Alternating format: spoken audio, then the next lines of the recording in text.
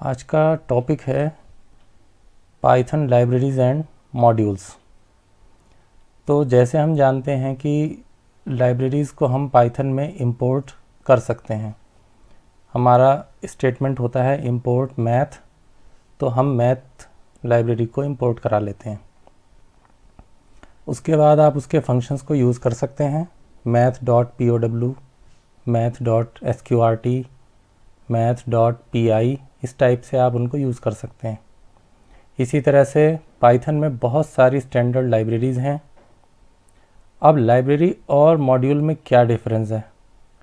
तो Python library जो होती है उसी के अंदर कई सारे मॉड्यूल्स होते हैं।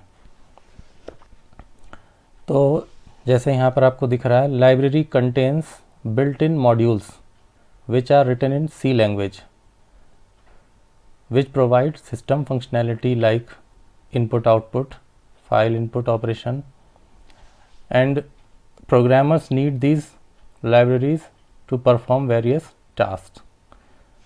तो अभी हम लाइब्रेरी तो नहीं बना रहे हैं, आज हमारा टॉपिक है कि मॉड्यूल कैसे बनाए जाएं। तो पाइथन की जो स्टैंडर्ड लाइब्रेरी है उसमें आपके पास पहले से बहुत सारे मॉड्यूल्स रहते हैं, जैसे math module, random module, string module. इस तरीके से आपके उसमें मॉड्यूल्स रहते हैं। और भी होते हैं, जैसे numpy लाइब्रेरी। numpy लाइब्रेरी जो है इसमें बहुत सारे इनबिल्ट मॉड्यूल होंगे। जैसे मैंने बताया कि एक लाइब्रेरी में कई सारे मॉड्यूल्स होते हैं। तो numpy एक लाइब्रेरी है, इसके अंदर भी कई सारे मॉड्यूल्स होंगे। तो numpy का मतलब है न्यूमेरिकल पाइथन। तो साइंटिफिक कैलकुलेशन के लिए numpy का यूज़ करते हैं हम। एक है scipy, SCIPY। scipy भी एक लाइब्रेरी है, इसको भी आप इंपोर्ट से यूज़ कर सकते हैं। तो इस तरीके से tk इंटर भी है। tk इंटर से आप ग्राफिकल इंटरफेस बना सकते हो। ग्राफिकल इंटरफेस में जिसमें माउस भी काम करेगा और आपके स्क्रॉल बार, menu bar, tool bar, title bar, इस तरीके के बटन्स, टेक्स्ट बॉक्स वगैरह होते हैं। फ़िलहाल tk इंटर लाइब्रेरी की ज़रूरत तो अभी नहीं पड़ेगी। प्रोजेक्ट वगैरह जब बनाएंगे तब हम चाहेंगे कि हमारा प्रोजेक्ट खूबसूरत हो, तो उसके लिए हम tk इंटर लाइब्रेरी का यूज़ करेंगे। तो हर लाइब्रेरी के अंदर बहुत सारे मॉड्यूल्स होते हैं। तो अभी जो है हमने सिर्फ मॉड्यूल्स बनाने हैं। तो अगर हमने कोई मॉड्यूल बना रखा है तो हम उसको इंपोर्ट कैसे कराते हैं, या पाइथन के इनबिल्ट मॉड्यूल्स जो हैं उन्हें कैसे यूज़ करते हैं। तो जैसे कोई भी मैथ से रिलेटेड ऑपरेशन करना होता है तो हम लिखते हैं इंपोर्ट मैथ। इंपोर्ट मैथ लिखते हैं, उसके बाद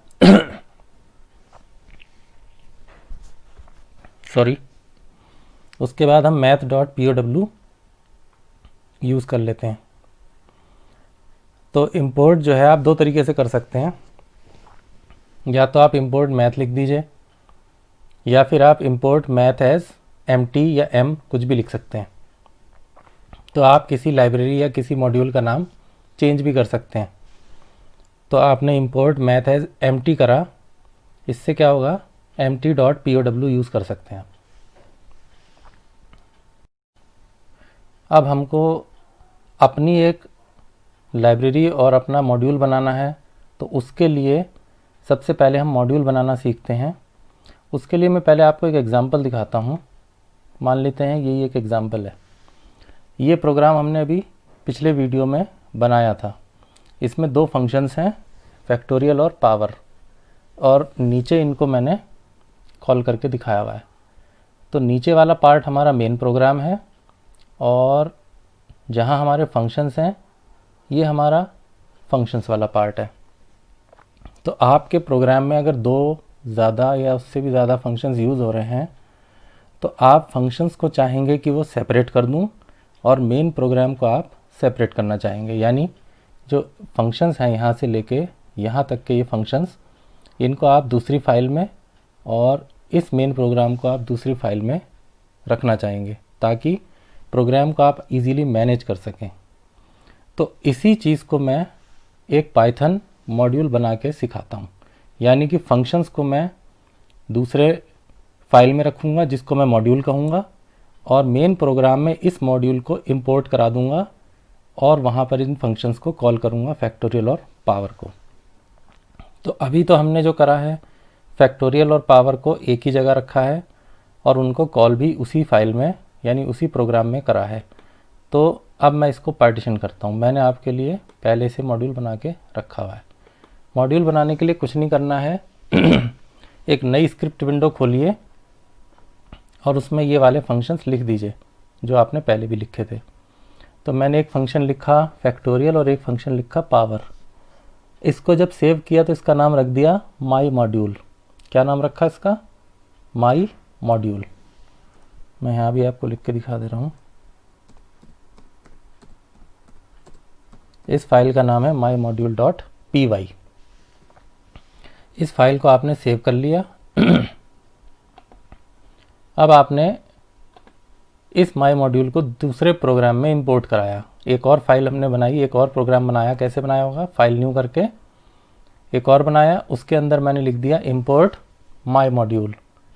इस कमांड को लिखने से क्या हुआ, इससे वो जो मॉड्यूल है जिसमें मैंने दो फंक्शंस बनाए थे वो यहाँ पर इसके साथ इनकॉर्पोरेट हो चुका है, इसके साथ जुड़ गया है। अब मैं उसके फैक्टोरियल और पावर को कैसे यूज़ करूँगा? माई मॉड्यूल डॉट फैक्टोरियल और माई मॉड्यूल डॉट पावर। इससे मैं उन दोनों को फंक्शंस को यूज़ कर पाऊँगा जो माई मॉड्यूल नाम के मॉड्यूल में हैं।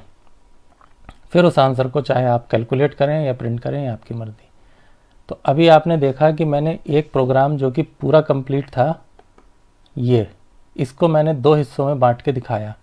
फंक्शंस को मैंने एक मॉड्यूल का नाम दे दिया और कॉल करने के लिए उसको दूसरी फाइल में कॉल करा दिया इंपोर्ट करा के। तो ये जो मॉड्यूल है आप कितने भी बना सकते हैं और एक मॉड्यूल में कितने भी फंक्शंस या और भी ऑब्जेक्ट्स रख सकते हैं। तो हम क्या करते हैं, अपने अलग अलग टास्क के लिए अलग अलग मॉड्यूल बनाते हैं। तो मैथ मॉड्यूल, साइंस के लिए साइंस मॉड्यूल, फिज़िक्स के लिए फिज़िक्स मॉड्यूल, केमिस्ट्री के लिए केमिस्ट्री मॉड्यूल और स्टैट्स के लिए स्टैट्स मॉड्यूल। इस तरीके से अलग अलग टास्क के लिए अलग अलग मॉड्यूल्स बना लेते हैं और अपने मेन प्रोग्राम में उनको इंपोर्ट करा लेते हैं।